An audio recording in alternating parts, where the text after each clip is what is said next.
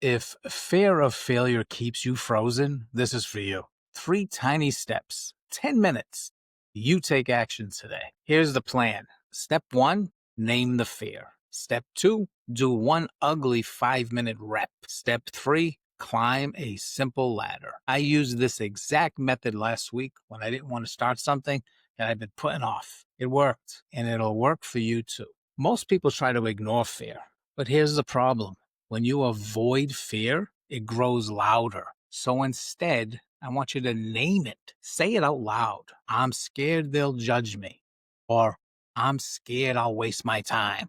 Then do what I call fear math. 3 questions you ask yourself, and you write this down. What's the worst case? Write it down. Number 2, on a scale of 1 to 10, how likely is that worst case? How likely is that worst case that's going to actually happen? Okay. And number 3, if it did happen, how fast could I recover from it? Here's a quick example. Let's say you're scared to post online. Worst case, you post something and 2 people think it's dumb. What's the likelihood? Maybe a 3 out of 10? What's your recovery? Easy. You delete the post, or you post again tomorrow. Here's the test. If likelihood is 4 out of 10 or less, or recovery would be fast, you act today. Fear is just a smoke alarm. It warns you, but it's not a stop sign. I'll share something personal. So many years ago, I spoke up in a meeting with an idea. The room went silent. My brain screamed, "You sound so stupid." I replayed that moment for weeks. It drove me crazy. But you know what? Nobody else even remembered it. The next month, I pitched a different idea. That idea got approved. Science explains this. Psychologists call it the spotlight effect. Studies at Cornell found that we overestimate how much people notice our mistakes by almost 400%. So you think everyone's judging you, but really, they're too busy thinking about themselves. When you do fear math, you shrink fear back to its real size. Suddenly, the thing that felt huge feels like a tiny obstacle you can step over. So today, don't let the smoke alarm stop you. Just notice it and keep walking. Let's do this here. Step number 2. This is the one ugly rep. So this step solves the biggest pain point. Paralyzed by overthinking. Here's the rule. Set a 5-minute timer. I want you to do the smallest, sloppiest version of the thing you're scared of. Not perfect, not polished, just an ugly action.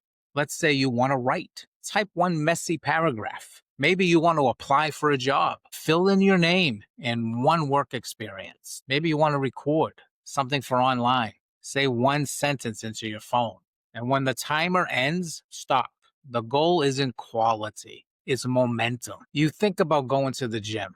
The hardest part isn't the workout, it's putting on your shoes. Once you're moving, it's easy. It's the same with fear. That ugly rep is you putting on your shoes. Here's an example. A coaching client of mine dreams of launching an online course for months. She did everything. She built outlines, she researched platforms, she compared logos, but nothing launched. I told her, film one ugly 2-minute video with your laptop camera. No script. Oh, she did it. And then 2 months later, she launched her full course. That ugly rep was the domino that kind of knocked everything else over. And here's the science. Psychologists call this the mere exposure effect. The first time you do something, your brain screams, danger, danger.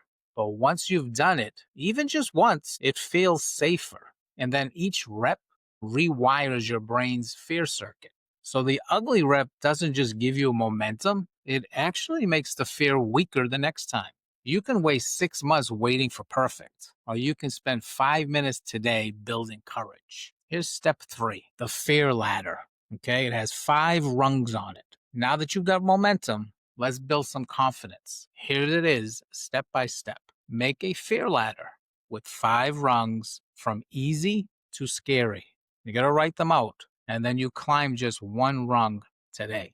I'll give you some example ladders. Let's say you want to be posting online. Your first rung would be leave a comment. Your second rung would be post a 10-second story. It could be anything that's related to what you want to post. Your third rung, share a 30-second tip.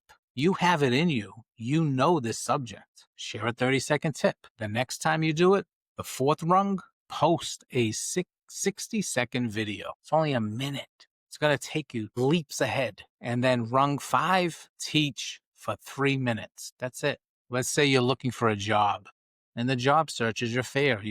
Your first rung is definitely update your resume.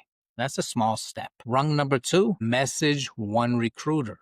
Now you're reaching out to the world. Rung number 3, apply to one role. Rung number 4, do a mock interview.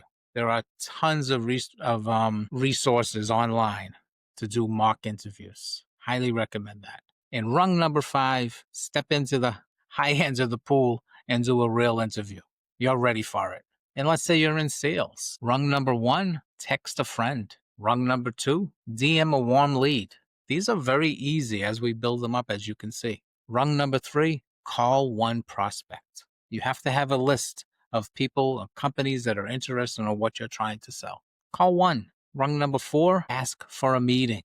If you have a warm lead or a person that you've been communicating with online, through email, even on the phone, ask for the meeting, set it up. And then finally, your 5th rung in sales would be ask for the sale. Don't beat around the bush. This is your moment. You built up the rungs, you have the courage, you're brave enough to do it, and you have the technical ability on that subject. Confidence isn't something you're born with.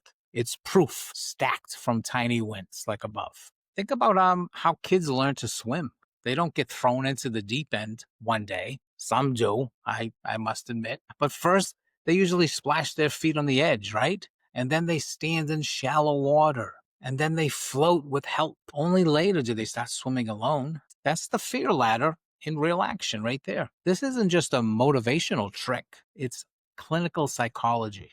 Therapists use this to treat phobias. It's called graded exposure therapy. Graded exposure therapy. If someone's terrified of elevators, the ladder might start with standing near the elevator, then pushing the button, then stepping inside for 5 seconds, until eventually they can ride comfortably. Your brain rewires through repetition. Every rung tells your brain, I survived this, I'm safe, and the fear signals will weaken. So by climbing your fear ladder, you're not just forcing bravery, you're literally retraining your brain to see the thing as safe. That's why the ladder works. So let's just do a quick recap. Step 1, fear math, then name it and shrink it and see if it's really worth stopping you. Step 2, one ugly 5-minute rep. Action beats overthinking. Step 3, the fear ladder. Small wins stacked into confidence. Now here's your move. Set a 5-minute timer right after this video and do one ugly rep. And then I want you to comment below, day 1 done. That comment is your proof. You're building momentum today, and tomorrow we climb the next rung together. Please don't forget to send this video to someone who needs it, and to please comment and subscribe. Together, let's help others win by conquering fear.